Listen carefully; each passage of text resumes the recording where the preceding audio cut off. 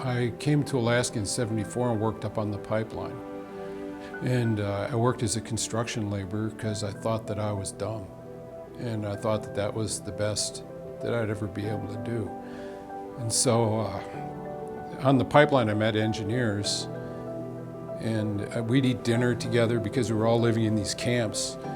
And I realized that these engineers who were flying around in helicopters were really no smarter than me. And when I got off the pipeline, I had a big bag of money, and I decided that I'd go to the university and become an engineer. And that's how it happened. I knew nothing. The professor had to tell me to get a calculator. And I said, okay, I need a calculator, but I knew nothing about what engineering was about. I want to talk about how I've changed the possibilities for a people because of the university. I was provided with the opportunity to work with Native students starting in 1995. And at the time I was told that Native students and Native children didn't have the intellectual capacity to come to the university and be successful in career paths like engineering and science. And worked hard with oil industry partners. I started with one student, and there's 2,000 students engaged today in that pipeline. And we have over 400 alumni from our university now. We probably have a half a dozen PhD graduates, and 2 of my very first students are on the faculty in the College of Engineering at the University of Alaska in Anchorage.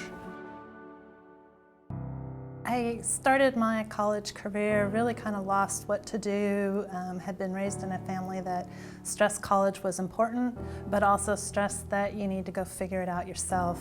Then I had an advisor that sat me down one day and really helped me think through not just the importance of college. This individual really stressed the importance of make certain you have some business classes, because everything in life is going to be driven by business. To find someone that you can touch, it is liberating. It is one of those, you walk on a cloud a bit at the end of your day and feel like you made a difference. I'm a teacher, mentor, coach, guide, and role model. And I get to impact the lives of hundreds of students on a regular basis. There was a time when I was a young coach, and I had the opportunity to coach at the major college level. The athletic director at the University of Memphis at the time was a gentleman named Charles Cavanero. And he came into my office and closed the door and said, "Coach, if I were you, I would strongly consider getting involved in administration. If you don't like it after a year, you can come back and you can coach the rest of your life."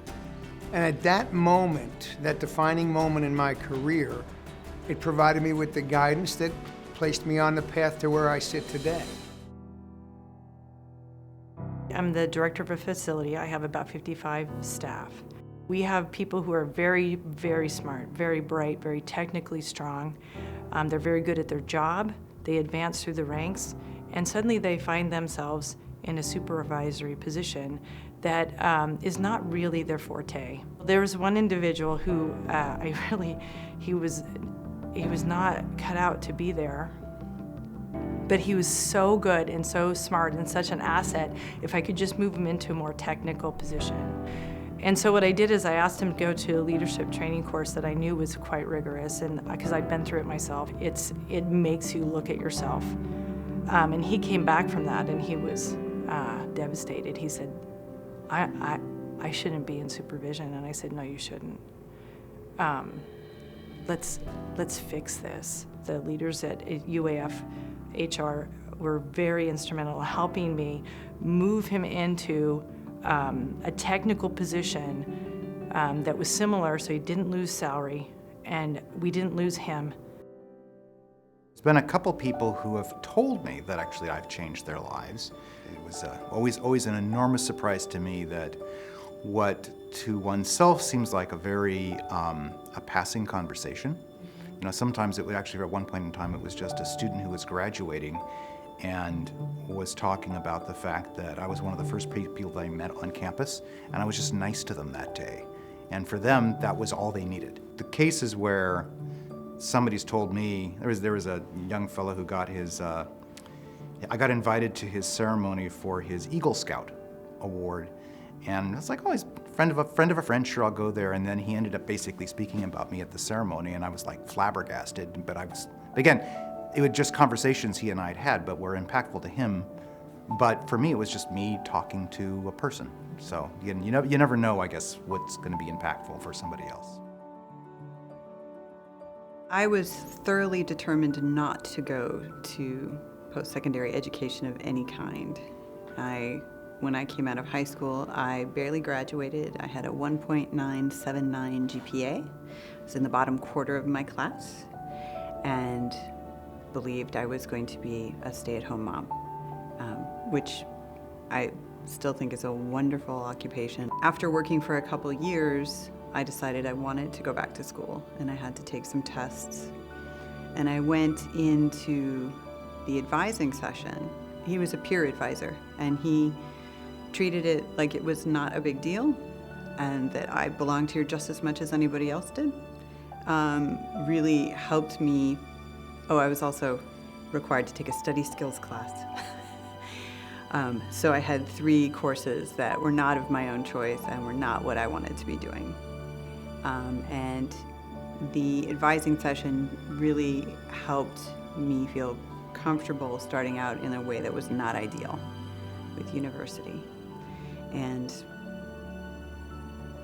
so I joke that I said I was never going to college, and now I'm never leaving.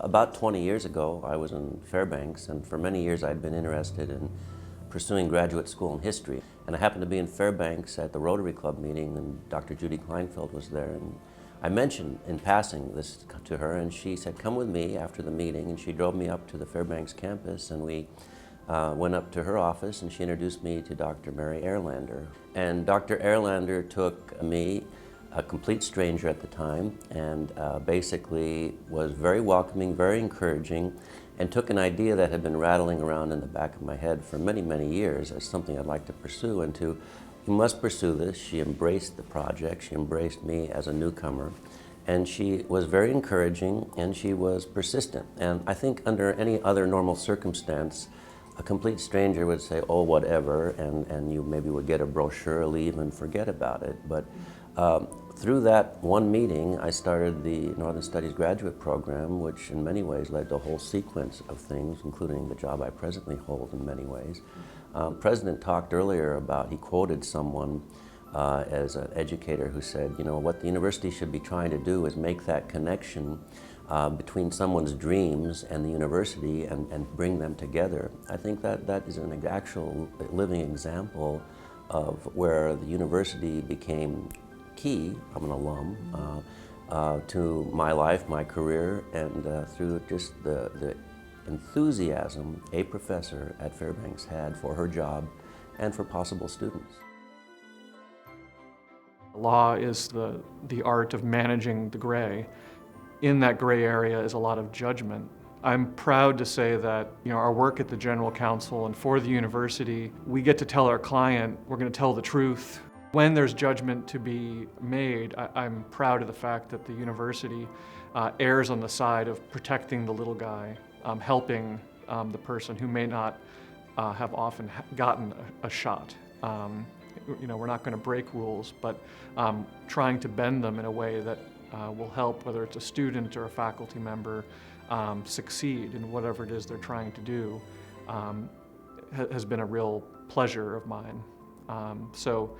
And finding areas where we can say yes, where we've embedded students in Iraq, for example, which would probably make the hair on a lot of lawyers' necks stand on end.